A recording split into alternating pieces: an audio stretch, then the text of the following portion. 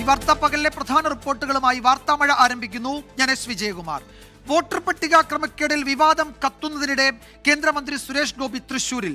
വിവാദങ്ങളിൽ മൗനം തുടർന്ന സുരേഷ് ഗോപി ഇത്രയൊക്കെ സഹായിച്ചതിന് നന്ദിയെന്ന് മാധ്യമങ്ങളോട് പറഞ്ഞു. നിയമവിരുദ്ധമായി എന്തെങ്കിലും ഉണ്ടെങ്കിൽ തെളിയിക്കണമെന്നായിരുന്നു BJP മുൻ സംസ്ഥാന അധ്യക്ഷൻ കെ സുരേന്ദ്രന്റെ വെല്ലുവിളി.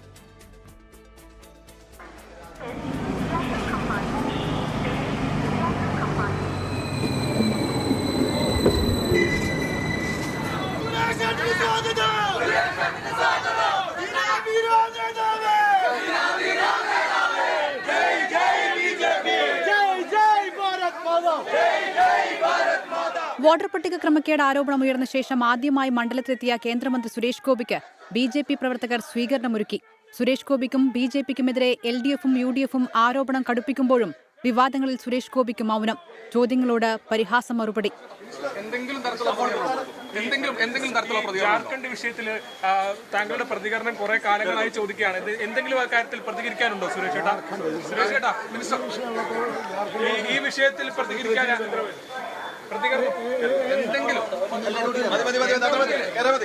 ഇന്നലെ നടത്തിയ മാർച്ചിനിടെ പരിക്കേറ്റ BJP പ്രവർത്തകരെ അശ്വിനി ആശുപത്രിയിലെത്തി സുരേഷ് ഗോപി കണ്ടു.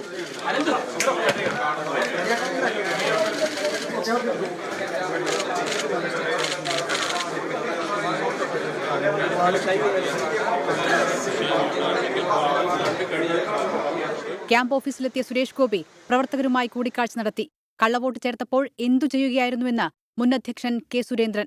എനിക്ക് LDFിനോടും UDFിനോടും നേതാക്കന്മാരോട് പറയാനുള്ളത്, 60,000 വോട്ട് ഒരു MLA പോലും ഇല്ലാത്ത പാർട്ടി ഞങ്ങളിവിടെ അനധികൃതമായി ചേർക്കുമ്പോൾ നിങ്ങൾ എന്ത് കണ്ടിരിക്കുകയായിരുന്നു? ഇവിടെ നിങ്ങളൊക്കെ പോയി തൂങ്ങിച്ചാവുന്നതാണ് നല്ലത്. അതേസമയം ചോദ്യങ്ങളോട് പ്രതികരിക്കാൻ കേന്ദ്രമന്ത്രി ജോർജ് കുര്യനും തയ്യാറായില്ല. ഈ BJP പ്രവർത്തകർക്ക് വലിയ മർദ്ദനം 24 തൃശൂർ. തൃശൂരിൽ സുരേഷ് ഗോപിയുടെ MP ഓഫീസിലെ ബോർഡിൽ CPM പ്രവർത്തകൻ കരിയോയിൽ ഒഴിച്ചതിൽ പ്രതിഷേധിച്ച് കമ്മീഷണർ ഓഫീസിലേക്ക് BJP നടത്തിയ മാർച്ചിൽ സംഘർഷം. പോലീസ് ജലപീരങ്കി പ്രയോഗിച്ചു. നിരവധി പ്രവർത്തകർക്ക് പരിക്കേറ്റു.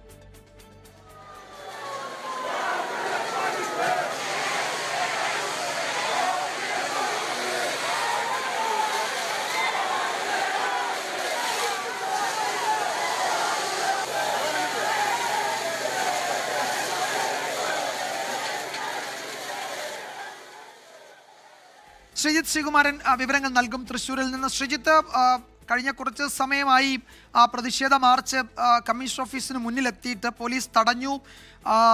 ജലപീരങ്കി പ്രയോഗം, അതിനുശേഷം കെ സുരേന്ദ്രൻ, ശോഭാ സുരേന്ദ്രനൊക്കെ പ്രവർത്തകരെ അഭിസംബോധന ചെയ്തു. എന്താണ് ഇപ്പോഴത്തെ അവസ്ഥ? പ്രവർത്തകരൊക്കെ പിരിഞ്ഞു പോയോ?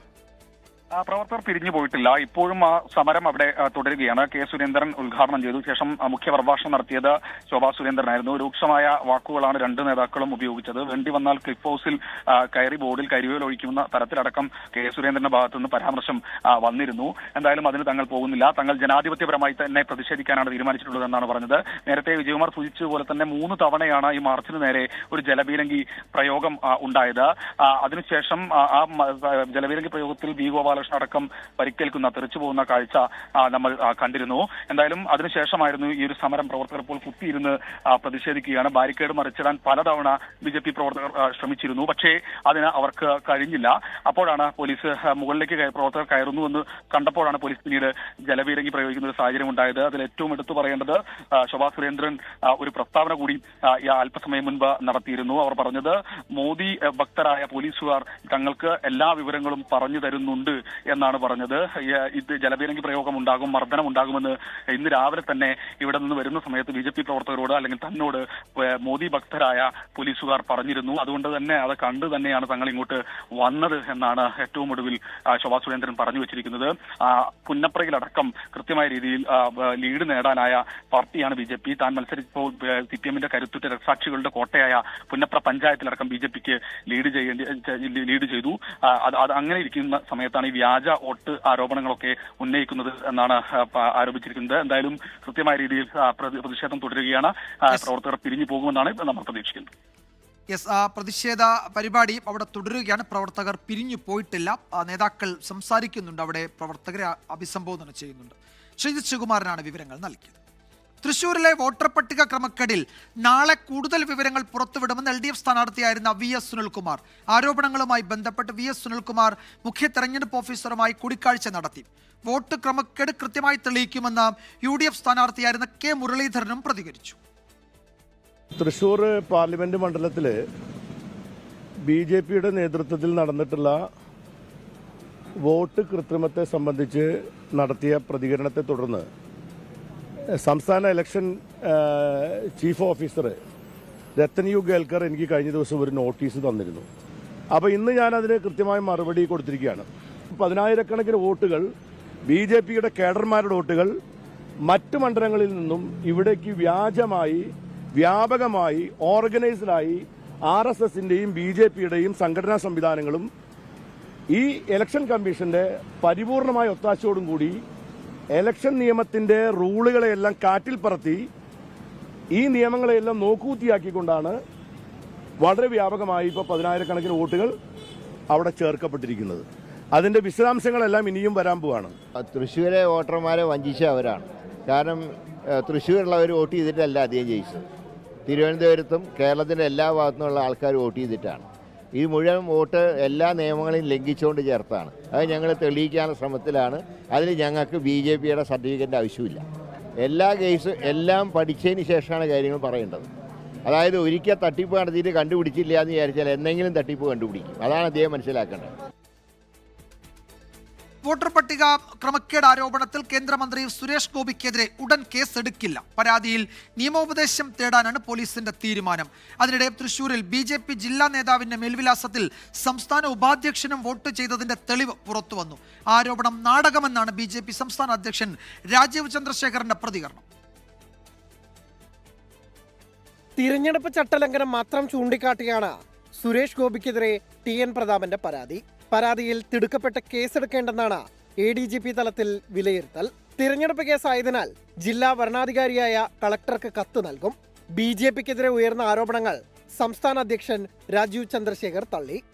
അങ്ങനെ എന്തെങ്കിലും ഒരു ജെന്യുവിൻ ഗ്രീവൻസ് ഉണ്ടെങ്കിൽ അവർ ഇതിനു വേണ്ടി കോൺസ്റ്റിറ്റ്യൂഷൻ ഭരണഘടനയിലെ ഇൻസ്റ്റിറ്റ്യൂഷൻസ് ഉണ്ടല്ലോ, കോർട്ടുണ്ട്, ഇലക്ഷൻ കമ്മീഷൻ ഉണ്ട്, അവിടെ പോയിട്ട് പരാതി കൊടുക്കട്ടെ. അവർക്കും ഉണ്ടല്ലോ ലോയേഴ്സ്മാരെല്ലാം, അവർ പോയിട്ട് അവിടെ ചെയ്യട്ടെ. അതൊന്നും ചെയ്യില്ല. ജനങ്ങളെ ഇങ്ങനെ പ്രൊവോക്ക് ചെയ്യുക, നുണ പറഞ്ഞിങ്ങനെ നടക്കുക, ജനങ്ങളെ വെഡ്ഡിയാക്കാൻ ശ്രമിക്കുക, ജനങ്ങളെ ശ്രദ്ധ തിരിക്കാൻ അവരൊരു ശ്രമം. ഇതിനിടെ തൃശൂരിലെ വോട്ടർ പട്ടിക ക്രമക്കേടിന്റെ കൂടുതൽ തെളിവുകൾ 24-ന് ലഭിച്ചു. തൃശൂരിൽ BJP ജില്ലാ നേതാവിന്റെ മേൽവിലാസത്തിൽ സംസ്ഥാന ഉപാധ്യക്ഷൻ V ഉണ്ണികൃഷ്ണൻ വോട്ട് ചെയ്തതിന്റെ തെളിവാണ് പുറത്തുവന്നത്. മലപ്പുറത്ത് വോട്ടുള്ള V ഉണ്ണികൃഷ്ണൻ തൃശൂരിൽ വോട്ട് ചെയ്തത് ജില്ലാ വൈസ് പ്രസിഡന്റ് V ആതിരയുടെ വിലാസത്തിലാണ്. തൃശൂരിൽ മാത്രമാണ് വോട്ട് ചെയ്തതെന്നാണ് V ഉണ്ണികൃഷ്ണന്റെ ന്യായീകരണം. അതേസമയം ഇന്നലെയുണ്ടായ CPIM BJP സംഘർഷത്തിൽ 70 പേർക്കെതിരെ കേസെടുത്തു. 24 തൃശൂർ. തൃശൂരിലെ വോട്ടർ പട്ടിക ക്രമക്കേട് ആരോപണത്തിൽ സുരേഷ് ഗോപി മറുപടി പറയണമെന്ന് പ്രതിപക്ഷ നേതാവ് VD സതീശൻ. ആരോപണങ്ങൾ തെറ്റെങ്കിൽ തെറ്റെന്ന് പറയണം എന്നും VD സതീശൻ ആവശ്യപ്പെട്ടു. ആരോപണത്തിൽ BJP രാഷ്ട്രീയമായി ഉത്തരം പറയണമെന്ന് CPM സംസ്ഥാന സെക്രട്ടറി MV ഗോവിന്ദനും പറഞ്ഞു. പുതിയതായി കെട്ടിപ്പൊക്കിക്കൊണ്ടുവന്ന സംഭവമല്ല. ഈ വിഷയം രാഹുൽ ഗാന്ധി കൊണ്ടുവന്നപ്പോൾ രാജ്യം മുഴുവൻ ഇത് ചർച്ചയായപ്പോൾ തൃശ്ശൂരിലെ വിഷയം കൊണ്ടുവന്നു. തീർച്ചയായിട്ടും അവിടെ വിജയിച്ച MP എന്നുള്ള നിലയിൽ അദ്ദേഹത്തിനും അദ്ദേഹത്തിൻ്റെ പാർട്ടിക്കും അതിൻ്റെ അകത്ത് ഉത്തരം പറയാനുള്ള പൂർണ്ണമായ ബാധ്യതയുണ്ട്.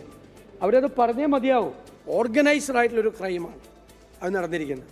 സംഘടിതമായി വ്യാപകമായി അത് ചെയ്തിട്ടുണ്ട്. അപ്പോൾ അതിൻ്റെ അകത്തൊരു പൂർണ്ണമായ പരിശോധന നടപ്പാകണം. അതിന് തെരഞ്ഞെടുപ്പ് കമ്മീഷൻ തയ്യാറാവണം. കൃത്രിമമുണ്ടായി എന്നുള്ള ആരോപണം തെറ്റാണെങ്കിൽ അത് തെറ്റാണെന്ന് പറയാനുള്ള അവകാശം അദ്ദേഹത്തിനുണ്ടല്ലോ. അദ്ദേഹം അത് ചെയ്യുന്നില്ല എന്ന അർത്ഥം, അതിൻ്റെ അർത്ഥം നമുക്ക് മനസ്സിലാക്കേണ്ടത് അദ്ദേഹത്തിന് പ്രതിരോധിക്കാൻ ഒന്നുമില്ലെന്നുള്ളതാണ്. സുരേഷ് ഗോപിയുടെ വീട്ടുകാർ, കുടുംബക്കാർ, RSകാർ, BJPക്കാർ അവരുൾപ്പെടെ നിരവധി വീടുകളിൽ ഈ വോട്ട് ചേർത്തിട്ടുണ്ടെന്നാണല്ലോ ഇപ്പം വന്ന വാർത്ത. ആ വാർത്ത ഉൾപ്പെടെ പരിശോധിച്ച് നോക്കിയിട്ട് ആവശ്യമായ രീതിയിലുള്ള തിരുത്തൽ വരുത്തണം, ആവശ്യമായ പരിശോധന നടത്തുകയും വേണം. രാഷ്ട്രീയമായിട്ട് ഇവർക്ക് ഉത്തരവാദിത്തമുണ്ട്.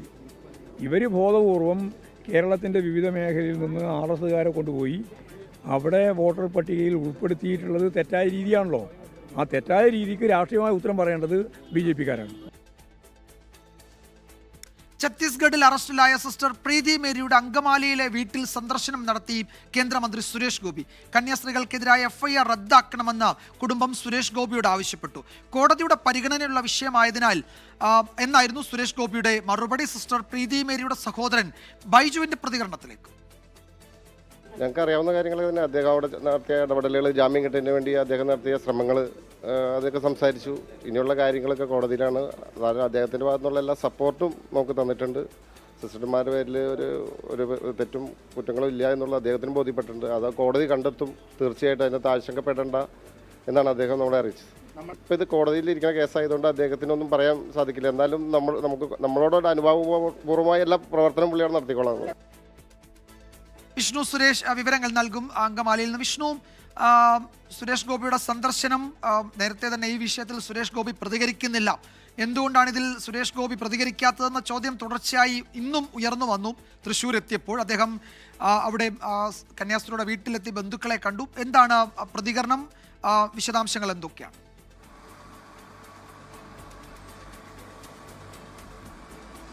വിജയകുമാർ, കന്യാസ്ത്രീമാരുടെ അറസ്റ്റുമായി ബന്ധപ്പെട്ട് കടുത്ത പ്രതിഷേധങ്ങളും അതോടൊപ്പം വിമർശനങ്ങളും സുരേഷ് ഗോപിക്കെതിരെ ക്രൈസ്തവ സഭകൾ ഒന്നാകെ ഉന്നയിച്ചിരുന്നു. ഈ വിഷയത്തിൽ എന്തുകൊണ്ടൊരു പരസ്യ പ്രതികരണം അദ്ദേഹം നടത്തുന്നില്ല എന്നാണ് ക്രൈസ്തവ സഭകൾ ചോദിച്ചത്.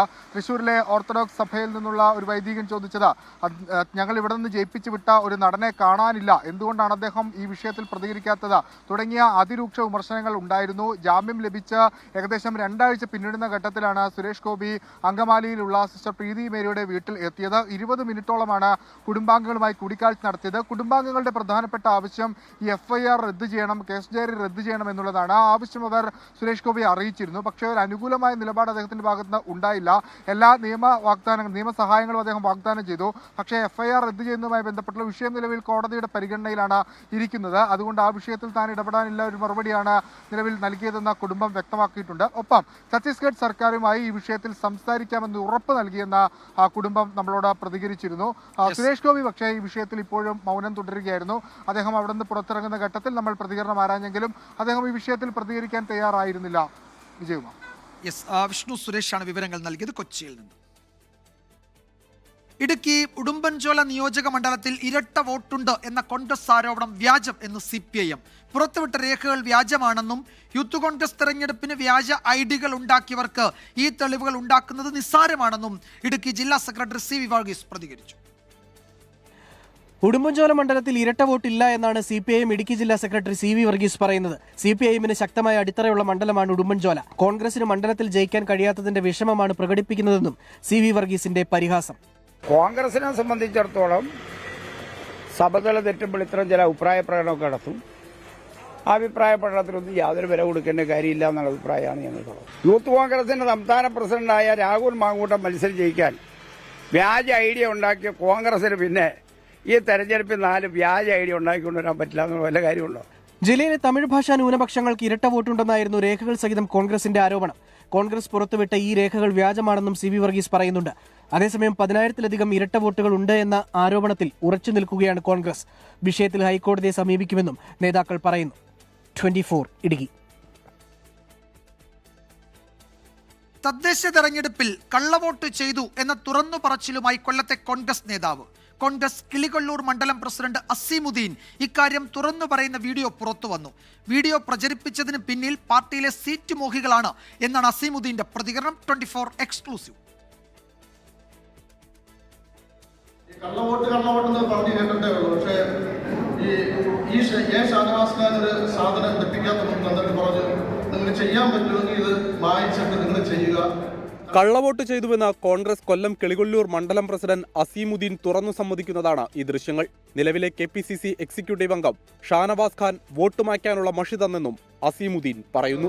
ഏതാണ്ട് മുൻ മണ്ഡലം പ്രസിഡന്റ് സക്കീർ ഹുസൈന്റെ നേതൃത്വത്തിൽ 1-2 പേര് ചേർന്നുകൊണ്ട് CPMന്റെ വീട്ടിലുള്ള വോട്ടുകൾ ദൂരെ താമസിക്കുന്നവരെ പോയി കൊണ്ടുവന്ന് CPMന്റെ പേരിൽ ഞങ്ങൾ കോൺഗ്രസിന് വോട്ട് ചെയ്യിപ്പിച്ചു.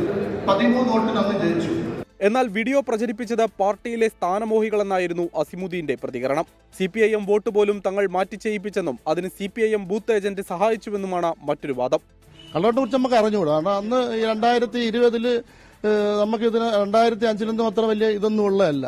അവരാണ് കള്ള വോട്ട് ചെയ്തെന്നും പറഞ്ഞ് നമ്മളവര് കോടതി കൊടുത്തത്. താങ്കൾ തന്നെയാണ് പറയുന്നത്. ഏതാണ് CPM ഉത്തേജനവുമായി സംസാരിച്ചു? എന്റെ സംസാരമല്ല, ഞാനതങ്ങനെ പറഞ്ഞിട്ടില്ല. 10 മാസം മുമ്പ് കൊല്ലം DCCയിൽ നടന്ന മിഷൻ 2025 പരിപാടിയിലായിരുന്നു അസീമുദ്ദീന്റെ തുറന്നു പറച്ചിൽ. 24 കൊല്ലം. സംസ്ഥാന തലങ്ങളിൽ മെഗാ റാലികൾ സംഘടിപ്പിച്ച് വോട്ടുകൊള്ള ആരോപണത്തിൽ പ്രതിഷേധം ശക്തിപ്പെടുത്താൻ കോൺഗ്രസ്. നേരിയ വോട്ടിന് കോൺഗ്രസ് പരാജയപ്പെട്ട 48 മണ്ഡലങ്ങളിൽ വോട്ട് തട്ടിപ്പ് നടന്നു എന്നാണ് കോൺഗ്രസിന്റെ ആരോപണം. ബീഹാർ വോട്ടർ പട്ടിക പരിഷ്കരണത്തിനെതിരായ ഹർജികളിൽ സുപ്രീം കോടതിയിൽ വാദം തുടരുകയാണ്. വോട്ട് ചോരി മുദ്രാവാക്യം മുഴക്കി എല്ലാ ജില്ലകളിലും നാളെ കോൺഗ്രസിന്റെ നേതൃത്വത്തിൽ മെഴുകുതിരി മാർച്ചുകൾ നടത്തും. സംസ്ഥാന തലങ്ങളിലും പ്രധാനപ്പെട്ട നഗരങ്ങളിലും മെഗാ റാലികൾ സംഘടിപ്പിക്കും. സെപ്റ്റംബർ 15 മുതൽ ഒക്ടോബർ 15 വരെ രാജ്യവ്യാപകമായി പ്രചാരണം നടത്തും. 5 കോടി ഒപ്പുകൾ ശേഖരിക്കും. വോട്ടേഴ്സിന്റെ അവകാശങ്ങളും ജനാധിപത്യത്തെയും സംരക്ഷിക്കാനുള്ള പോരാട്ടമാണ് നടത്തുന്നതെന്ന് കോൺഗ്രസ്. തെരഞ്ഞെടുപ്പ് കമ്മീഷൻ നിഷ്പക്ഷമല്ല എന്നതിന് തെളിവുകളുണ്ടെന്ന് KC വേണുഗോപാൽ MP. किसी पर विश्वास नहीं का इश्यू नहीं, दैट इश्यू नहीं है. ये इलेक्शन कमीशन पूरा पार्टीसान है. इस इश्यू पर लोगों के मन में विश्वास भी है. इलेक्शन कमीशन आज न्यूट्रल नहीं है. हम 2 चीज चाहते हैं, इलेक्ट्रॉनिक वोटिंग लिस्ट चाहते हैं. पार्टी बोल 48 ലോക്സഭാ സീറ്റുകളിൽ കോൺഗ്രസിനെ പരാജയപ്പെടുത്തിയത് വോട്ട് തട്ടിപ്പിലൂടെയെന്ന് രാഹുൽ ഗാന്ധി ആരോപിച്ചു. കഴിഞ്ഞ ദിവസം ചേർന്ന കോൺഗ്രസ് ജനറൽ സെക്രട്ടറിമാരുടെ യോഗത്തിലാണ് രാഹുൽ ഗാന്ധി ഇക്കാര്യം പറഞ്ഞത്. വോട്ട് തട്ടിപ്പ് നടന്ന കൂടുതൽ മണ്ഡലങ്ങളുടെ വിവരങ്ങൾ ഘട്ടം ഘട്ടമായി പുറത്തുവിട്ടേക്കുമെന്നും കോൺഗ്രസ് നേതാക്കൾ സൂചിപ്പിക്കുന്നു. 24 ഡൽഹി. സാങ്കേതിക ഡിജിറ്റൽ സർവകലാശാലകളിലെ വൈസ് ചാൻസലർ നിയമനങ്ങളിൽ ഇടപെട്ട് സുപ്രീം കോടതി. വൈസ് ചാൻസലറെ നിശ്ചയിക്കാനുള്ള സെർച്ച് കമ്മിറ്റി സുപ്രീം കോടതി രൂപീകരിക്കും. 4 പേരുകൾ വീതം നൽകാൻ സർക്കാരിനോടും ചാൻസലറോടും കോടതി നിർദ്ദേശിച്ചു. പേരുകൾ നാളെ നൽകാമെന്ന് സർക്കാർ അറിയിച്ചു. അച്യുതൻ ഡൽഹിയിൽ നിന്ന് വിശദാംശങ്ങൾ നൽകും. അച്യുതൻ, ഈ വിഷയത്തിൽ എന്താണ് കോടതിയിൽ നടന്നത്? സർക്കാരും ചാൻസലറും ഇക്കാര്യത്തിൽ തീരുമാനമെടുക്കാൻ കഴിയാത്ത തരത്തിൽ സങ്കീർണമായ തർക്കങ്ങളിൽ ഏർപ്പെടുമ്പോഴാണ് കോടതി അതിൽ ഒരു സൊല്യൂഷൻ കണ്ടെത്തുന്നത്. ഈ പറയുന്ന സെർച്ച് കമ്മിറ്റി കോടതി തന്നെ രൂപീകരിക്കുക എന്ന അപൂർവ സാഹചര്യം അവിടെ ഉണ്ടാകുന്നു. എന്താണ് ഇക്കാര്യത്തിൽ കോടതിയിൽ ഇന്ന് നടന്നത്? വിജയകുമാർ, ഈ സാങ്കേതിക ഡിജിറ്റൽ സർവകലാശാലകളിലെ സ്ഥിരം BC നിയമനം എന്തുകൊണ്ട് വൈകുന്നു എന്നതായിരുന്നു ഈ സുപ്രീം കോടതിയുടെ ഇന്നത്തെ ചോദ്യം. താൽക്കാലിക BC നിയമനം എന്നുള്ളതല്ല, സ്ഥിരം BCകളെ അടിയന്തരമായി തന്നെ നിയമിക്കണം. ഇത് കഴിഞ്ഞ തവണ ഹർജി പരിഗണിച്ചപ്പോഴും സുപ്രീം കോടതി ആവശ്യപ്പെട്ടതാണ്. പക്ഷേ അവിടെ പ്രശ്നമായി ഉടലെടുക്കുന്നത് ഈ സെർച്ച് കമ്മിറ്റിയുമായി ബന്ധപ്പെട്ടിട്ടുള്ള തർക്കം തന്നെയാണ്. അങ്ങനെ സുപ്രീം കോടതി ചോദിക്കുന്നുണ്ട്, സെർച്ച് കമ്മിറ്റി രൂപീകരിക്കാനുള്ള അധികാരം അത് ആർക്കാണുള്ളത്? അപ്പോൾ ചാൻസലർ അവകാശപ്പെട്ടത് UGC ചട്ടപ്രകാരം അത് ചാൻസലറുടെ അധികാരമാണ്. എന്നാൽ സംസ്ഥാന സർക്കാരും അതേ വാദം തന്നെയാണ് മുൻനിർത്തിയത്. UGC ചട്ടം സർക്കാരിനാണ് സെർച്ച് കമ്മിറ്റി രൂപീകരിക്കാനുള്ള അധികാരം നൽകുന്നത് എന്നതായിരുന്നു. അങ്ങനെ ആ തർക്കത്തിനാണ് നിലവിൽ സുപ്രീം കോടതി ഇടപെട്ടുകൊണ്ട് ഒരു പരിഹാരം ഇപ്പോൾ കണ്ടെത്തിയിരിക്കുന്നത്. അതായത് സെർച്ച് കമ്മിറ്റി, സാങ്കേതിക ഡിജിറ്റൽ സർവകലാശാലകളിലെ സ്ഥിരം BC നിയമനത്തിനായുള്ള സെർച്ച് കമ്മിറ്റി അത് സുപ്രീം കോടതിയായിരിക്കും രൂപീകരിക്കുക. 4 പേരുകൾ വീതം നൽകാൻ സംസ്ഥാന സർക്കാരിനോടും ചാൻസലറോടും സുപ്രീം കോടതി നിർദ്ദേശിച്ചു. ഒരാളെ UGC നോമിനിയായിട്ടായിരിക്കും ഈ കമ്മിറ്റിയിൽ ഉൾപ്പെടുത്തുക. എന്തായാലും സെർച്ച് കമ്മിറ്റി രൂപീകരിച്ച ശേഷം സെർച്ച് കമ്മിറ്റി നൽകുന്ന നിർദ്ദേശങ്ങൾ അത് ചാൻസലർ സർക്കാരുമായി കൂടിയാലോചിച്ചുകൊണ്ടായിരിക്കണം തീരുമാനമെടുക്കേണ്ടത് എന്നതാണ് സുപ്രീം കോടതി ഈ വിഷയത്തിൽ സ്വീകരിച്ചിരിക്കുന്ന ഒരു നിലപാട് എന്നത്. ഒപ്പം തന്നെ താൽക്കാലിക BC നിയമനവും സംസ്ഥാനം ഇന്ന് സുപ്രീം കോടതിയിൽ ചോദ്യം ചെയ്തു. അതിൽ സർക്കാരിൻ്റെ നിലപാട് ശരിയാണെങ്കിലും നിലവിൽ തർക്കങ്ങളിലേക്ക് ഇനി പോകരുത് എന്നതായിരുന്നു സുപ്രീം കോടതി ഇതുമായി ബന്ധപ്പെട്ട നിരീക്ഷണം നടത്തിയത്. അതായത് താൽക്കാലിക BC നിയമനത്തിൽ ആ പേരുകൾ നൽകാനുള്ള അവകാശം സർക്കാരിനായിരുന്നു. പക്ഷേ അത് ഓഗസ്റ്റ് 1 ആ പേരുകൾ നൽകിയിട്ടും ചാൻസലർ സ്വന്തം തീരുമാനപ്രകാരം നിയമനം നടത്തുകയായിരുന്നു എന്നാണ് സംസ്ഥാന സർക്കാരും ചൂണ്ടിക്കാണിച്ചത്. എന്തായാലും ഈ വിഷയത്തിൽ ഈ തർക്കങ്ങൾ ഉണ്ടായി, അല്ലെങ്കിൽ അതിലൊരു തടസ്സം സൃഷ്ടിക്കുന്ന തരത്തിലേക്ക് പോകരുത് എന്നത് തന്നെയാണ് സുപ്രീം കോടതി ഇടപെടൽ. എന്തായാലും നാളെ പേരുകൾ നൽകാമെന്ന് സംസ്ഥാനം അറിയിച്ചു. എന്നാൽ ചാൻസലർ പറഞ്ഞത് മികച്ച വ്യക്തികളെ തിരഞ്ഞെടുക്കുന്നതിലേക്ക് ചിലപ്പോൾ കൂടുതൽ സമയം ആവശ്യമായി വരും, അതെങ്കിൽ നാളെ അറിയിക്കാം എന്നതാണ് ചാൻസലറും ഈ വിഷയത്തിൽ അറിയിച്ചിരിക്കുന്നത്. വിജയകുമാർ.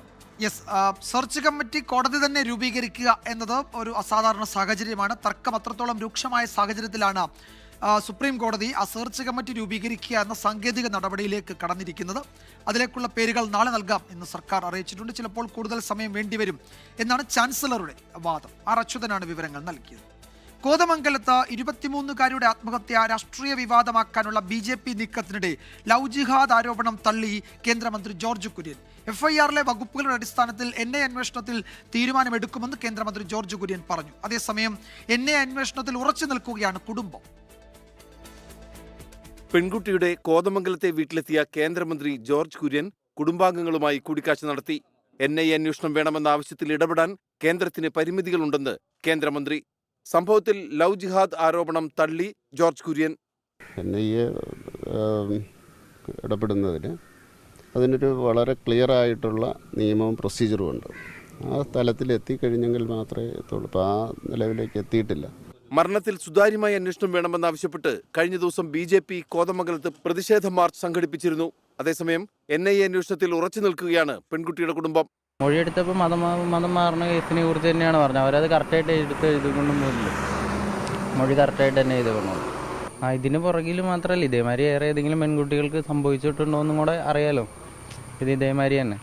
പെൺകുട്ടിയുടെ മരണത്തിൽ കേന്ദ്ര ഏജൻസി അന്വേഷിക്കണമെന്ന് സീറോ മലബാർ കത്തോലിക്ക സഭ ആവശ്യപ്പെട്ടു. കത്തോലിക്ക കോൺഗ്രസ് ഇന്നലെ തന്നെ പ്രസ്താവന ഇറക്കിയിരുന്നു. ഇത് കേന്ദ്ര ഏജൻസികൾ ഈ വിഷയം അന്വേഷിക്കണം എന്നുള്ളൊരു പ്രസ്താവനയാണ് കത്തോലിക്ക കോൺഗ്രസ് കൊടുത്തിട്ടുള്ളത്. അത് ആ വീട്ടിൽ ആ കുട്ടിയുടെ അമ്മയുടെ നിലപാടും അതുതന്നെയായിരുന്നു. പെൺകുട്ടിയുടെ ആത്മഹത്യാക്കുറിപ്പിൽ പേരുള്ള റമീസിന്റെ മാതാപിതാക്കൾ ഉൾപ്പെടെയുള്ളവരെ അന്വേഷണ സംഘം കസ്റ്റഡിയിലെടുത്ത് ചോദ്യം ചെയ്യും. ഇതിനുശേഷം അറസ്റ്റ് രേഖപ്പെടുത്താനാണ് തീരുമാനം.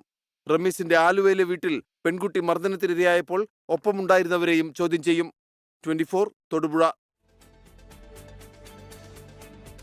തലശ്ശേരി അതിരൂപത ആർച്ച് ബിഷപ്പ് മാർ ജോസഫ് പാംപ്ലാനിക്കെതിരായ പരാമർശത്തിൽ ഉറച്ച് CPM സംസ്ഥാന സെക്രട്ടറി MV ഗോവിന്ദൻ. അവസരവാദ നിലപാടുകൾ സ്വീകരിക്കുന്നവരെ അവസരവാദികൾ എന്ന് തന്നെ വിളിക്കുമെന്നാണ് MV ഗോവിന്ദന്റെ പ്രതികരണം. തെറ്റായ നിലപാട് സ്വീകരിച്ച സഭയിലെ ഒരു വിഭാഗത്തെ മാത്രമാണ് വിമർശിച്ചതെന്നും CPM സംസ്ഥാന സെക്രട്ടറി പറഞ്ഞു.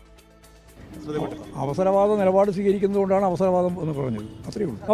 അവർക്ക് എന്നെ അവസരവാദം എന്ന് പറയുകയും ചെയ്യുക. അവസരവാദ നിലപാട് സ്വീകരിക്കുന്നതിനെ പറയാനും പാടില്ല എന്നാണോ? പാടില്ല. അവരെ വിമർശിക്കാൻ അവർക്ക് ധൈര്യമില്ല. അവർക്ക് അനുകൂലമായ നിലപാടാണ് ഞങ്ങൾ സ്വീകരിക്കുന്നത് എന്ന് വരുത്തി തീർക്കാനുള്ള ബോധപൂർവമായ ഇടപാട് അതിനെയാണ് ഞങ്ങൾ ചൂണ്ടിക്കാണിച്ചത്. ആ ചൂണ്ടിക്കാണിച്ചത് ഇന്നലെയും ശരിയാണ്, ഇന്നും ശരിയാണ്, നാളെയും ശരിയാണ്. ഫാദർ ഫിലിപ്പ് കവീലിന്റെ ഗോവിന്ദച്ചാമി പരാമർശത്തിൽ ഓരോരുത്തരും അവരുടെ നിലവാരത്തിനനുസരിച്ചാണ് പ്രതികരിക്കുന്നത് എന്നായിരുന്നു MV ഗോവിന്ദന്റെ മറുപടി. അത് അവരുടെ സംസ്കാരവുമായിട്ട് ബന്ധപ്പെട്ട രീതിയിലുള്ള പ്രയോഗത്തെ ഞാൻ എൻ്റെ സംസ്കാരത്തിൻ്റെ അടിസ്ഥാനത്തിൽ പ്രതിരോധിച്ച് വിശദീകരണം നടത്താൻ ഉദ്ദേശിക്കുന്നില്ല. അരുൺ പൂപ്പറമ്പ കണ്ണൂരിൽ നിന്ന് വിവരങ്ങൾ നൽകും. അരുൺ, ഇന്നലെ ഈ വിഷയത്തിൽ CPM സംസ്ഥാന സെക്രട്ടറിയോട് പ്രതികരണം ചോദിച്ചപ്പോൾ അദ്ദേഹം ഒരു യോഗത്തിലേക്ക് പോവുകയാണ്, പിന്നീട് മറുപടി പറയാം എന്നാണ് അദ്ദേഹത്തിൻ്റെ ആ സമയത്തെ വിശദീകരണം. ഇന്ന് പ്രതികരിക്കുമ്പോൾ മുൻ നിലപാടിൽ മാറ്റമില്ല, അവസരവാദ നിലപാടുകൾ സ്വീകരിക്കുന്നവരെ അവസരവാദികൾ എന്ന് തന്നെ വിളിക്കും എന്ന് MV ഗോവിന്ദൻ വിശദീകരിക്കുന്നുണ്ട് അല്ലേ?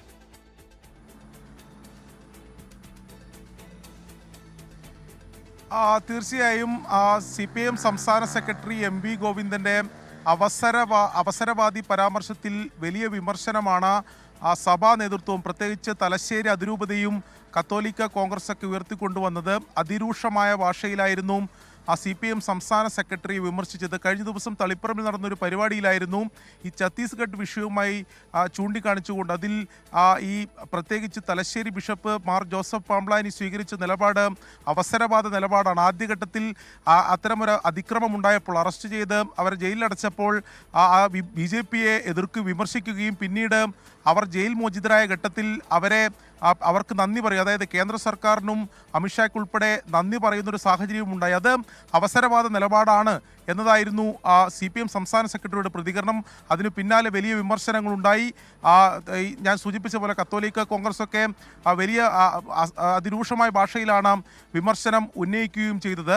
എന്നാൽ ആ നിലപാടിൽ ഉറച്ചു മുന്നോട്ട് പോകുന്നു എന്നതാണ് CPM സംസ്ഥാന സെക്രട്ടറിയുടെ ഇന്നത്തെ നിലപാട്. അവസരവാദ നിലപാട് സ്വീകരിക്കുന്നവരെ അവസരവാദികൾ എന്ന് തന്നെയാണ് പറയേണ്ടത്. ഈ ഛത്തീസ്ഗഡ് വിഷയത്തിൽ പോലും കൃത്യമായ 2 നിലപാടുകൾ അവർ സ്വീകരിച്ചു. അതായത് ബിഷപ്പ് പാംബ്ലാനി ഉൾപ്പെടെ 2 നിലപാട് സ്വീകരിച്ചു.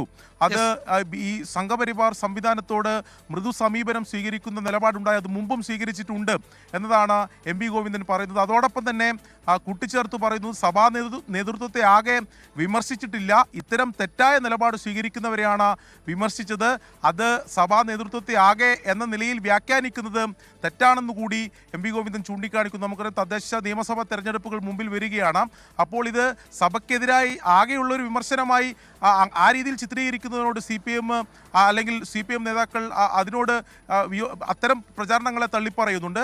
പക്ഷേ ബിഷപ്പ് പാംബ്ലാനി ഉൾപ്പെടെ സഭയിലെ ഒരു വിഭാഗം ഇപ്പോഴും സംഘപരിവാറിനോട് കാണിക്കുന്ന മൃദു സമീപനത്തെ എതിർക്കുക തന്നെ ചെയ്യും എന്നതാണ് CPM സംസ്ഥാന സെക്രട്ടറിയുടെ പ്രതികരണത്തിൽ നിന്ന് ബോധ്യമാവുന്നത്. യെസ്, അരുൺ പൂപ്പറമ്പയാണ് വിവരങ്ങൾ നൽകിയത് കണ്ണൂരിൽ നിന്ന്. മലപ്പുറം പാണ്ടിക്കാട് കാറിലെത്തിയ സംഘം പ്രവാസി വ്യവസായിയെ തട്ടിക്കൊണ്ടുപോയി. പട്ടിപ്പറമ്പത്ത് ഷമീറിനെയാണ് ഇന്നലെ രാത്രി പാണ്ടിക്കാട് GLP സ്കൂളിന് സമീപത്ത് വെച്ച് തട്ടിക്കൊണ്ടുപോയത്. 1.5 കോടിയോളം രൂപ ആവശ്യപ്പെട്ട് ഷമീറിന്റെ ബിസിനസ് പങ്കാളിക്ക് വാട്സാപ്പ് കോൾ വന്നു. ഷമീർ കുടുംബവുമായി ദുബായിലാണ് താമസം. ഇടയ്ക്കാണ് നാട്ടിൽ വരുന്നത്. ഓഗസ്റ്റ് 4-നെത്തിയ ഷമീർ 10 ദിവസത്തിനകം തിരിച്ചു പോകാനിരിക്കെയാണ് തട്ടിക്കൊണ്ടുപോകൽ. വീടിന്റെ തൊട്ടടുത്ത് ഇന്നോവ കാറിൽ കാത്തിരുന്ന സംഘം ബൈക്കിൽ വരികയായിരുന്ന ഷമീറിനെ ബലമായി വാഹനത്തിൽ കയറ്റി. തട്ടിക്കൊണ്ടുപോകുന്നതിന്റെ CCTV ദൃശ്യങ്ങൾ പുറത്തുവന്നു. ഇവർ കാലങ്ങളായിട്ട് UAE ബിസിനസ് ചെയ്തുകൊണ്ടിരിക്കുകയാണ്. ഇന്നലെ വൈകുന്നേരം ഒരു 7:45 കൂടിയിട്ടാണ് സംഭവം സംഭവിച്ചെന്ന് വിചാരിക്കുന്ന. ആള് ടൗണിൽ പോയിട്ട് സുഹൃത്തിൻ്റെ കടയിൽ പോയി മടങ്ങി ബുള്ളറ്റ് ബൈക്കിൽ വരുന്ന സമയത്താണ് ഒരു ഇന്നോവ കാറിൽ വന്ന ആളുകളാണ് കൊണ്ടുപോയിട്ടുള്ളത്. അപ്പോൾ നമ്മൾ നിയമപരമായിട്ട് തന്നെ പരാതി ബോധിപ്പിച്ചിട്ടുണ്ട്. അതിൻ്റെ കാര്യങ്ങൾ നടന്നുകൊണ്ടിരിക്കുന്നുണ്ട്. പോലീസിൽ നമുക്ക് വിശ്വാസമുണ്ട്. ദുബായിൽ ഫാർമസി ബിസിനസ് നടത്തുന്ന ആളാണ് ഷമീർ. ഇന്ന് 10 മണിയോടെ UAEയിലുള്ള ഷമീറിന്റെ ബിസിനസ് പങ്കാളിക്ക് ഷമീറിന്റെ ഫോണിൽ നിന്ന് മറ്റൊരാൾ വാട്സപ്പ് കോൾ ചെയ്തു. 1,60 ലക്ഷം രൂപയ്ക്ക് സമാനമായ ചെക്കുകൾ തയ്യാറാക്കി വെക്കണം എന്നായിരുന്നു ആവശ്യം. കൂടാതെ ഭാര്യയെ വിളിച്ച് കേസുമായി മുന്നോട്ടു പോകരുതെന്നും ആവശ്യപ്പെട്ടു. പെരിന്തൽമണ്ണ DYSPക്കാണ് കേസിന്റെ അന്വേഷണ ചുമതല. വാഹനം കണ്ടെത്തുന്നതിനു വേണ്ടി കൂടുതൽ CCTVകൾ പോലീസ് പരിശോധിച്ചു വരുന്നു. 24 മലപ്പുറം. മുണ്ടക്കൈ ചൂരൽമല ഉരുൾപൊട്ടൽ ദുരന്ത ബാധിതരുടെ വായ്പ എഴുതിത്തള്ളുന്നതിൽ കേന്ദ്ര സർക്കാരിന് അവസാന അവസരം നൽകി ഹൈക്കോടതി. തീരുമാനം സെപ്റ്റംബർ 10-നകം അറിയിക്കാനാണ് നിർദ്ദേശം. വായ്പ എഴുതിത്തള്ളുന്നതിൽ കേന്ദ്രം തീരുമാനം അറിയിക്കാത്തതിനെ തുടർന്നാണ് കോടതിയുടെ ഈ ഇടപെടൽ. ഹൈക്കോടതി സ്വമേധയാ എടുത്ത കേസാണ് ഇന്ന് പരിഗണിച്ചത്. എറണാകുളം ഉദയംപേരൂർ കൊച്ചുപള്ളിയിൽ ബസ് കാത്തിരിപ്പ് കേന്ദ്രത്തിലേക്ക് KSRTC ബസ് ഇടിച്ചു കയറി. ബസ് വരുന്നത് കണ്ട ആളുകൾ ഓടി മാറുകയായിരുന്നു. ബ്രേക്ക് നഷ്ടപ്പെട്ടതാണ് അപകടത്തിനിടയാക്കിയത്. റാഫി കരീം വിവരങ്ങൾ നൽകും കൊച്ചിയിൽ നിന്ന്. റാഫി, ആളുകൾ ഓടി മാറിയത് കൊണ്ട് വലിയൊരു അപകടം ഒഴിവായി അല്ലേ? വിജയകുമാർ, തീർച്ചയായും ഈ ബസ് നിയന്ത്രണം വിട്ട് വരുന്നത് ദൂരെ നിന്ന് ഈ ബസ് കാത്തിരിപ്പ് കേന്ദ്രത്തിലുണ്ടായിരുന്ന 5 പേർ കണ്ടിരുന്നു. ഇവർ ആ സമയത്ത് അവിടെ നിന്ന് ഓടി മാറിയതിനാലാണ് വലിയൊരു അപകടം ഒഴിവായത്. ഉദയംപേരൂർ കൊച്ചുപള്ളി ബസ് കാത്തിരിപ്പ് കേന്ദ്രത്തിലേക്കാണ് KSRTC ബസ് ഇടിച്ചു കയറിയത്. ബസ് കാത്തിരുന്ന 5 പേരാണ് ഈ സമയം ഈ ബസ് സ്റ്റോപ്പിൽ ഉണ്ടായിരുന്നത്. അവരെല്ലാം തന്നെ അവിടുന്ന് വേഗം രക്ഷപ്പെടുകയായിരുന്നു. 11:30 കൂടിയായിരുന്നു ഈ അപകടമുണ്ടായത്. തൃപ്പൂണിത്തുറ വൈക്കം റൂട്ടിൽ ഓടുന്ന KSRTC ബസ്സാണ് രാവിലെ 11:30 ഈ ബസ് കാത്തിരിപ്പ് കേന്ദ്രത്തിലേക്ക് ഇടിച്ചു കയറിയത്. ഈ ബസ്സിൽ ഉണ്ടായിരുന്ന ജീവനക്കാർ പറയുന്നത് ഈ ബസ്സിന് രാവിലെ മുതൽ ചെറിയ പ്രശ്നങ്ങൾ ഉണ്ടായിരുന്നു എന്നുള്ളതാണ്. ഈ ബസ് സർവീസ് സെന്ററിൽ നിന്ന് എല്ലാ പണികളും പൂർത്തീകരിച്ച് പുറത്തേക്ക് ഇറക്കി ആദ്യ ട്രിപ്പ് എടുക്കുന്നതിനിടെയാണ് ഇത്തരത്തിലൊരു അപകടമുണ്ടായത്. അറ്റകുറ്റപ്പണി കഴിഞ്ഞു കിടന്നിരുന്ന ബസ്സിന് രാവിലെ മുതൽ സ്റ്റിയറിംഗിൽ ചെറിയ പ്രശ്നങ്ങളുണ്ടായിരുന്നു, ബ്രേക്കിലും ചെറിയ പ്രശ്നങ്ങളുണ്ടായിരുന്നു. ഈ പ്രശ്നങ്ങൾ തന്നെയാണ് ഇത്തരത്തിലൊരു അപകടത്തിന് കാരണമെന്നുള്ളതാണ് പ്രാഥമികമായി മനസ്സിലാക്കാൻ കഴിയുന്നത്. ബസ് വരുന്നത് കണ്ട് ആളുകൾ ഓടി മാറി, അതുകൊണ്ട് വലിയൊരു അപകടം ഒഴിവായി എന്ന് പറയാം. റാഫി കരീമാണ് വിവരങ്ങൾ നൽകിയത് കൊച്ചിയിൽ നിന്ന്. പ്രൊഡ്യൂസേഴ്സ് അസോസിയേഷൻ തെരഞ്ഞെടുപ്പിൽ സാന്ദ്ര തോമസിന് മത്സരിക്കാനാവില്ല. നാമനിർദ്ദേശ പത്രിക തള്ളിയതിനെതിരായ ഹർജി എറണാകുളം സബ് കോടതി നിരാകരിച്ചു. പോരാട്ടം തുടരും എന്നാണ് സാന്ദ്രയുടെ മറുപടി. ആരോപണങ്ങൾ തെറ്റെന്ന് തെളിഞ്ഞതായി പ്രൊഡ്യൂസേഴ്സ് അസോസിയേഷൻ ഭാരവാഹികളും പ്രതികരിച്ചു. നിർമ്മാതാക്കളുടെ സംഘടനാ തെരഞ്ഞെടുപ്പിൽ പ്രസിഡന്റ്, ട്രഷറർ സ്ഥാനങ്ങളിലേക്ക് മത്സരിക്കാൻ സാന്ദ്ര തോമസ് സമർപ്പിച്ച നാമനിർദ്ദേശം തള്ളിയ നടപടി ചോദ്യം ചെയ്ത് നൽകിയ ഹർജിയാണ് എറണാകുളം സബ് കോടതി തള്ളിയത്. ഇതിനു പുറമെ വരണാധികാരിയുടെ നിയമനം ചോദ്യം ചെയ്തതടക്കം 3 ഹർജികളും തള്ളി. കോടതി വിധിയിൽ നിരാശയുണ്ടെന്നും നിയമോപദേശത്തിന് തുടർ നടപടികൾ സ്വീകരിക്കുമെന്നും സാന്ദ്ര തോമസ്. എല്ലാം കൊണ്ടും പവർഫുൾ ആയിട്ടുള്ള ആളുകൾക്കെതിരെയാണ് എൻ്റെ യുദ്ധം. അപ്പോൾ അതുകൊണ്ട് തന്നെ എല്ലാ സൈഡിൽ നിന്നും നീതി കിട്ടും എന്നൊന്നും ഞാൻ പ്രതീക്ഷിക്കുന്നില്ല. പക്ഷെ എന്നാൽ പോലും ഞാൻ എൻ്റെ യുദ്ധം അല്ലെങ്കിൽ എൻ്റെ പോരാട്ടം തുടർന്നുകൊണ്ടേയിരിക്കും. നിഷ്പക്ഷമായിട്ടുള്ളൊരു ഇലക്ഷനാണ് നമ്മൾ ആഗ്രഹിക്കുന്നത്. നമ്മൾ ഇലക്ഷൻ നടത്താതിരിക്കാനല്ല നോക്കുന്നത്.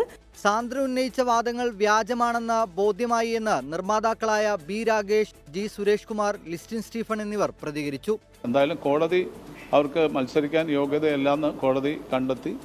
അത് വളരെ നല്ലൊരു, ഞങ്ങൾ പ്രതീക്ഷിച്ചിരുന്നത് ഒരു വിധി തന്നെയാണ്. ഇവർ പറയുന്ന ഓരോ കാര്യങ്ങളും കള്ളത്തരങ്ങളും സത്യവിരുദ്ധമായ കാര്യങ്ങളാണെന്നുള്ളതാണ് ഇതിലൂടെ തന്നെ തെളിയുന്നത്. എല്ലാ കാര്യങ്ങളും പ്രൊഡ്യൂസർ അസോസിയേഷന്റെ മെമ്പേഴ്സിനെതിരെ പരാതിയായിരുന്നു. അത് കഴിഞ്ഞിട്ട് പ്രൊഡ്യൂസർ അസോസിയേഷനെതിരെ പരാതിയായിരുന്നു, വരണാധികാരിക്കെതിരെ പരാതിയായിരുന്നു, ബൈലോയ്ക്കെതിരെ പരാതിയായിരുന്നു. ഇനിയിപ്പോൾ കോടതിയും തെറ്റാണോ എന്ന് പറയുമെന്ന് അറിയത്തില്ല.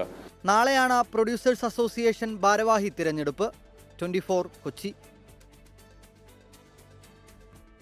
ജമ്മു കാശ്മീരിലെ ഉറി സെക്ടറിൽ ഭീകരരുമായുള്ള ഏറ്റുമുട്ടലിൽ ഒരു സൈനികന് വീരമൃത്യു. നുഴഞ്ഞു കയറാൻ ശ്രമിച്ച ഭീകരരും സൈന്യവും തമ്മിലായിരുന്നു ഏറ്റുമുട്ടൽ. ഇപ്പോഴും ഭീകരർക്കെതിരായ സൈനിക നടപടി തുടരുകയാണ്. ഇന്ന് പുലർച്ചെയായിരുന്നു ഭീകരർ നുഴഞ്ഞു കയറ്റത്തിന് ശ്രമിച്ചത്. ഇന്ത്യക്കെതിരെ വീണ്ടും പ്രകോപന പരാമർശവുമായി പാകിസ്ഥാൻ. സിന്ധു നദിയിലെ വെള്ളം തടയുന്നത് യുദ്ധമായി കണക്കാക്കുമെന്നും ഇന്ത്യയെ വീണ്ടും പാഠം പഠിപ്പിക്കുമെന്നും പാക് പ്രധാനമന്ത്രി ഷഹബാസ് ഷരീഫ് പറഞ്ഞു. ഇസ്ലാമാബാദിലെ ഒരു ചടങ്ങിലായിരുന്നു ഈ പ്രകോപന പരാമർശം. സിന്ധു നദീജല കരാറുമായി ബന്ധപ്പെട്ടാണ് പാക് പ്രധാനമന്ത്രി ഷഹബാസ് ഷരീഫ് ഇന്ത്യക്കെതിരെ പ്രകോപന പരാമർശം നടത്തിയത്. സിന്ധു നദിയിലെ വെള്ളം തടയുന്നത് യുദ്ധമായി കണക്കാക്കും, ഇന്ത്യയെ വീണ്ടും പാഠം പഠിപ്പിക്കുമെന്നും ഷഹബാസ് ഷരീഫിന്റെ ഭീഷണി. ഇസ്ലാമാബാദിലെ ചടങ്ങിലാണ് പ്രകോപന പരാമർശം. जहन में रखना कि पाकिस्तान की एक बूंद भी तुम पाकिस्तान से छीन नहीं सकते. उस खुदाए बुजुर्गों बरतर की कसम है कि अगर तुमने ये हरकत की तो दोबारा तुम्हें वो सबक सिखाएंगे कि तुम कानों को हाथ लगाओगे पाकिस्तान का तुम कभी भी. സിന്ധു നദിയിലെ വെള്ളം തടഞ്ഞാൽ ഇന്ത്യക്കെതിരെ യുദ്ധം ചെയ്യുമെന്ന് പാക് മുൻ വിദേശകാര്യമന്ത്രി ബിലാവൽ ഭൂട്ടോ കഴിഞ്ഞ ദിവസം ഭീഷണി മുഴക്കിയിരുന്നു. ഭീഷണി വിലപ്പോവില്ലെന്നും രാജ്യസുരക്ഷ ഉറപ്പാക്കാൻ ഇന്ത്യക്ക് അറിയാമെന്നും വിദേശകാര്യ മന്ത്രാലയം മറുപടി നൽകിയിരുന്നു. 24 ഡൽഹി. റഷ്യ യുക്രൈൻ യുദ്ധം അവസാനിപ്പിക്കാനുള്ള ട്രംപ് പുടിൻ ചർച്ച അലാസ്കയിലെന്ന് സ്ഥിരീകരിച്ചു വൈറ്റ് ഹൗസ്. മറ്റന്നാളാണ് ഈ കൂടിക്കാഴ്ച നടക്കുന്നത്. തീരുവ തർക്കത്തിനിടെ പ്രധാനമന്ത്രി നരേന്ദ്രമോദി ഡൊണാൾഡ് ട്രംപുമായി കൂടിക്കാഴ്ച നടത്തും. അടുത്ത മാസമാണ് പ്രധാനമന്ത്രിയുടെ അമേരിക്കൻ സന്ദർശനം. UN പൊതുസഭയിൽ പങ്കെടുക്കാൻ അടുത്ത മാസമാണ് പ്രധാനമന്ത്രി നരേന്ദ്രമോദിയുടെ ന്യൂയോർക്ക് സന്ദർശനം. അമേരിക്കൻ പ്രസിഡന്റ് ഡൊണാൾഡ് ട്രംപുമായി മോദി കൂടിക്കാഴ്ച നടത്തും. റഷ്യയിൽ നിന്ന് എണ്ണ വാങ്ങിയതിന് ഇന്ത്യക്കുമേൽ അധിക തീരുവ ചുമത്തിയ ഉത്തരവ് പിൻവലിക്കണമെന്ന ആവശ്യവുമായി ഇന്ത്യ അമേരിക്കയെ ഔദ്യോഗികമായി സമീപിച്ചിട്ടില്ല. അമേരിക്കയുടെ നീക്കങ്ങൾക്ക് തിരിച്ചടി നൽകാൻ ഇന്ത്യ ആലോചിക്കുന്നതായുള്ള റിപ്പോർട്ടുകളും പുറത്തുവന്നിരുന്നു. ഇതിനിടെ യുക്രൈനിലെ വെടിനിർത്തൽ ചർച്ചകൾക്കായി ഡൊണാൾഡ് ട്രംപും പുടിനുമായുള്ള കൂടിക്കാഴ്ച അലാസ്കയിലെ ആങ്കറേജിൽ നടക്കുമെന്ന സ്ഥിരീകരണവുമെത്തി. സമൂഹമാധ്യമത്തിലൂടെയാണ് ട്രംപ് ഇക്കാര്യം സ്ഥിരീകരിച്ചത്. റഷ്യയും യുക്രൈനും യുദ്ധവിരാമത്തിനുള്ള കരാറിൽ ഒപ്പുവച്ചേക്കും. റഷ്യ പിടിച്ചെടുത്ത യുക്രൈന്റെ ചില ഭാഗങ്ങൾ കൈമാറണമെന്ന ആവശ്യവും അമേരിക്ക ഉന്നയിക്കും. യുദ്ധം പൂർണ്ണമായി അവസാനിക്കുമെങ്കിൽ സഹകരിക്കാൻ തയ്യാറാണെന്നാണ് സെലൻസ്കിയുടെ പ്രതികരണം. ട്രംപ് പുടിൻ കൂടിക്കാഴ്ചയെ ഇന്ത്യ സ്വാഗതം ചെയ്തു. റഷ്യ US ചർച്ചകളിൽ ഇന്ത്യക്കെതിരെ പിഴ ചുമത്തിയ വിഷയവും ഉയർന്നുവരാനാണ് സാധ്യത. International desk 24. കോട്ടയം ഏറ്റുമാനൂർ ജൈനമ്മ കൊലക്കേസ് അന്വേഷണം അവസാന ഘട്ടത്തിലേക്ക്. കുറ്റകൃത്യം ചെയ്തതിന്റെ നിർണായക തെളിവുകൾ അന്വേഷണ സംഘത്തിന് ലഭിച്ചു. ഇതിന്റെ അടിസ്ഥാനത്തിൽ സെബാസ്റ്റിനെതിരെ തട്ടിക്കൊണ്ടുപോകൽ കുറ്റം കൂടി ചുമത്തി. 2 ആഴ്ചയിലധികം നീണ്ടുനിന്ന ചോദ്യം ചെയ്യലിനൊടുവിലാണ് അന്വേഷണ സംഘം കേസ് സംബന്ധിച്ച് വ്യക്തതയിലേക്ക് എത്തിയത്. പ്രതി കുറ്റം സമ്മതിക്കുന്നില്ലെങ്കിലും മറ്റു തെളിവുകൾ സെബാസ്റ്റിനെതിരാണ്. ശാസ്ത്രീയ തെളിവുകളടക്കം ശേഖരിക്കാനും സാധിച്ചു. DNA പരിശോധനാ ഫലവും ജൈനമ്മയുടെ മൊബൈൽ ഫോൺ എവിടെ എന്നതിനുള്ള ഉത്തരവും മാത്രമാണ് ഇനി ലഭിക്കേണ്ടത്. നിലവിലെ തെളിവുകളുടെ അടിസ്ഥാനത്തിൽ തട്ടിക്കൊണ്ടുപോകൽ വകുപ്പ് കൂടി പ്രതിക്കെതിരെ ചുമത്തിയിട്ടുണ്ട്. നേരത്തെ കൊലപാതകവും തെളിവ് നശിപ്പിക്കലും മാത്രമാണ് ചുമത്തിയിരുന്നത്. രണ്ടാമത്തെ കസ്റ്റഡി കാലാവധി ഇന്ന് അവസാനിക്കുന്നതിനാൽ പ്രതിയെ വീണ്ടും കോടതിയിൽ ഹാജരാക്കും. കൂടുതൽ ചോദ്യം ചെയ്യലിന് കസ്റ്റഡിയിൽ വീണ്ടും വാങ്ങിയേക്കും. എന്നാൽ ഇതിനു മുൻപായി കഴിയുന്നത്ര തെളിവ് ശേഖരിക്കാനാണ് അന്വേഷണ സംഘം ശ്രമിക്കുന്നത്. DNA പരിശോധനാ ഫലം കൂടി ലഭിച്ചാൽ കേസ് അന്വേഷണം അവസാന ഘട്ടത്തിലേക്ക് എത്തുമെന്നാണ് വിവരം. ടോബി ജോൺസൺ, 24 കോട്ടയം. തമിഴ്നാട് വിഴുപ്പുറത്ത് +1 വിദ്യാർത്ഥി സ്കൂളിൽ കുഴഞ്ഞു വീണു മരിച്ചു. സരസ്വതി മെട്രിക്കുലേഷൻ സ്കൂൾ വിദ്യാർത്ഥി മോഹൻ രാജാണ് മരിച്ചത്. മുഹമ്മദ് റഹീസ് വിവരങ്ങൾ നൽകും. ചെന്നൈയിൽ നിന്ന് മുഹമ്മദ് റഹീസ്, ഈ കുട്ടിക്ക് എന്തെങ്കിലും ആരോഗ്യ പ്രശ്നങ്ങളോ മറ്റോ ഉണ്ടായിരുന്നോ? ഇങ്ങനെ ക്ലാസ്സിൽ കുഴഞ്ഞു വീണു മരിക്കുന്നതിലേക്ക് കാര്യങ്ങൾ എത്തിയത് എങ്ങനെയാണ്? വിജയകുമാർ, പ്രധാനമായിട്ടും ഈ കുട്ടിയുടെയും ഒപ്പം തന്നെ ഈ സ്കൂളിലെ കുട്ടികളുടെ ഒരു ജീവിത രീതി അല്ലെങ്കിൽ സ്കൂളിലെ സമയക്രമം എന്നിവയൊക്കെ ബന്ധപ്പെട്ടാണ് ഇപ്പോൾ ആരോപണം ഉയരുന്നത്. ഇന്ന് രാവിലെ 7 മണിയോടെ സ്കൂളിലെത്തിയ കുട്ടി 7:15 തന്നെ കുഴഞ്ഞു വീഴുകയായിരുന്നു. ക്ലാസ്സിൽ വെച്ചാണ് കുഴഞ്ഞു വീണത്. അതിന്റെ ദൃശ്യങ്ങളാണ് ഇപ്പോൾ പുറത്തു വന്നിരിക്കുന്നതും. അതിനുശേഷം ആശുപത്രിയിലേക്ക് എത്തിക്കുന്നതിനിടയിൽ തന്നെ കുട്ടി മരിച്ചിരുന്നു. കുട്ടിയുടെ അമ്മ അല്പസമയം മുൻപ് മാധ്യമപ്രവർത്തകരോട് സംസാരിച്ചിരുന്നു. കാര്യമായ യാതൊരു ആരോഗ്യ പ്രശ്നവും കുട്ടിക്കില്ല. പക്ഷേ കഴിഞ്ഞ ഒരു 2 വർഷമായി ഈ കുട്ടി ഇതേ സ്കൂളിൽ തന്നെയാണ് പഠിക്കുന്നത്. രാവിലെ 7 മണിക്ക് സ്പെഷ്യൽ ക്ലാസ് ആരംഭിക്കും. ശേഷം വൈകിട്ടും സ്പെഷ്യൽ ക്ലാസ് ഉണ്ട്. അതായത് കുട്ടി വീട്ടിൽ നിന്നും ഒരു 6:45 ഇറങ്ങിക്കഴിഞ്ഞാൽ അന്ന് വൈകിട്ട് 6 മണിയോടുകൂടി മാത്രമാണ് കുട്ടി വീട്ടിലേക്ക് തിരിച്ചെത്തുന്നത്. അപ്പോൾ പലപ്പോഴും രാവിലെ ഭക്ഷണം കഴിക്കാറില്ല, ഭക്ഷണം കൊടുത്തുവിടാറുള്ള ഭക്ഷണവും കഴിക്കാറില്ല. അങ്ങനെ അത്തരത്തിൽ ഭക്ഷണം കഴിക്കാതെ പെട്ടെന്ന് കുഴഞ്ഞു വീണതാണെന്ന് അതാണ് ആദ്യഘട്ടത്തിൽ പോലീസ് ഉൾപ്പെടെ സംശയിക്കുന്നത്. നിലവിൽ പോസ്റ്റ്മോർട്ടം നടത്താൻ ഉൾപ്പെടെ എന്തായാലും തീരുമാനിച്ചിട്ടുണ്ട്.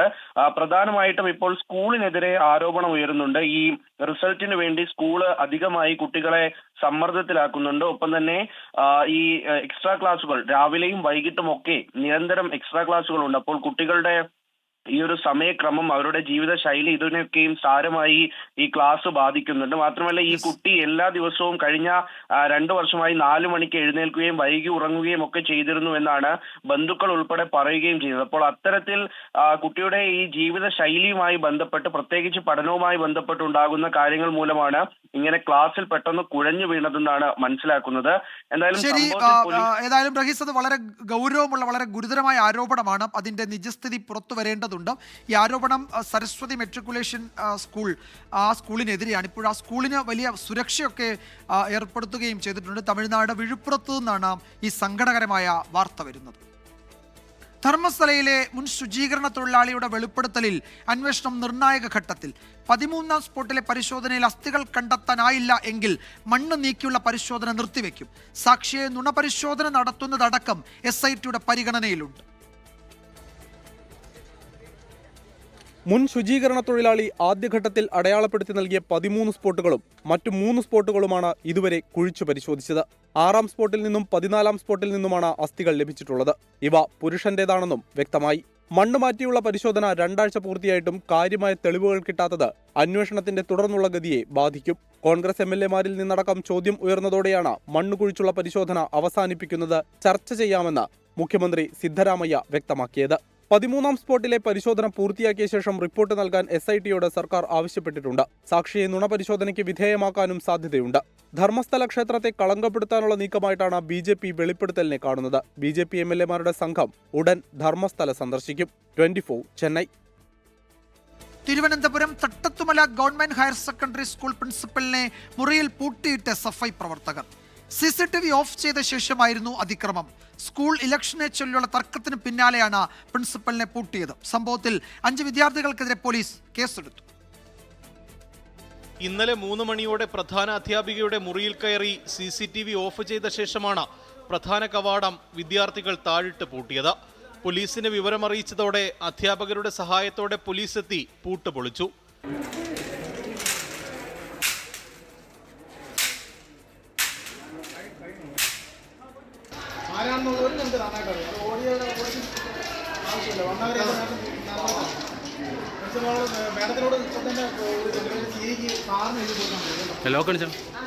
പ്രിൻസിപ്പലിന്റെ പരാതിയിൽ ഔദ്യോഗിക കൃത്യനിർവഹണം തടസ്സപ്പെടുത്തിയതിന് 5 വിദ്യാർത്ഥികൾക്കെതിരെ കേസെടുത്തു.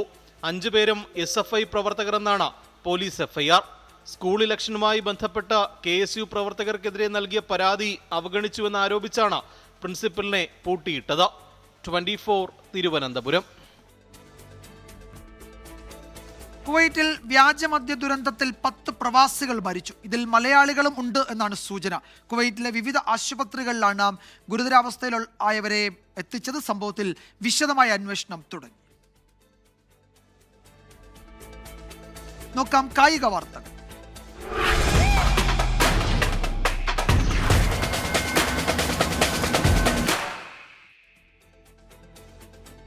യുവേഫ സൂപ്പർ കപ്പ് ഫുട്ബോളിലെ PSG ടോട്ടനം പോരാട്ടം ഇന്ന് രാത്രി 12:30-ക്കാണ് മത്സരം. ചാമ്പ്യന്മാർ മുഖാമുഖമെത്തുന്ന സൂപ്പർ പോരാട്ടം. യുവേഫ ചാമ്പ്യൻസ് ലീഗ് ജേതാക്കളായ PSG യൂറോപ്പ ലീഗ് ചാമ്പ്യന്മാരായ ടോട്ടനം ഹോട്ട്സ്പാർസിനെ നേരിടുന്നു. ഫിഫ ക്ലബ്ബ് ലോകകപ്പ് ഫൈനലിൽ ചെൽസിയോട് അടിതെറ്റിയെങ്കിലും ലൂയിസ് എൻറിക്കയുടെ PSG തന്നെയാണ് സൂപ്പർ കപ്പിലും ഫേവറൈറ്റ്സ്. ഫ്രാൻസിലെ ട്രബിളിനൊപ്പം ചാമ്പ്യൻസ് ലീഗും നേടിയ PSG സൂപ്പർ കപ്പോടെ ലക്ഷ്യമിടുന്നത് സീസണിലെ 5ാം കിരീടം. Ousmane Dembele, Khvicha Kvaratskhelia, Desire Doue, Fabian Ruiz, Nuno Mendes, Achraf Hakimi, Marquinhos എന്നിവരടങ്ങിയ PSG ടീം പവർ പാക്ഡ് ആണ്. ക്ലബ്ബ് വിടുമെന്ന അഭ്യൂഹത്തെ തുടർന്ന് ഒഴിവാക്കിയ ഡോണറുമ ഗോൾ മുഖത്തുണ്ടാവില്ലെന്ന് മാത്രം. ഒരു കിരീടത്തിനായി വർഷങ്ങൾ നീണ്ട കാത്തിരിപ്പ് യൂറോപ്പ ലീഗ് നേട്ടത്തോടെ അവസാനിപ്പിച്ച ടോട്ടനം ആ കുതിപ്പ് തുടരാമെന്ന പ്രതീക്ഷയിലാണ്. അതേസമയം തോമസ് ഫ്രാങ്കിന്റെ ടീമിന് മധ്യനിരയിൽ ചലിപ്പിക്കുന്ന ജെയിംസ് മാഡിസൺ പരിക്കേറ്റ് പുറത്തായത് കനത്ത തിരിച്ചടിയാണ്. സ്ട്രൈക്കർ ഡൊമിനിക് സോളങ്കെ കളിക്കുമോ എന്നതിലും ആശങ്കയുണ്ട്. ഇതോടെ പുതിയ സൈനിങ് ആയ മുഹമ്മദ് കുദൂസ്, റിച്ചാലിസൺ എന്നിവരിലാണ് ഇംഗ്ലീഷ് ക്ലബിന്റെ ഗോൾ പ്രതീക്ഷകൾ. Sports desk 24. കാലാവസ്ഥാ റിപ്പോർട്ട്.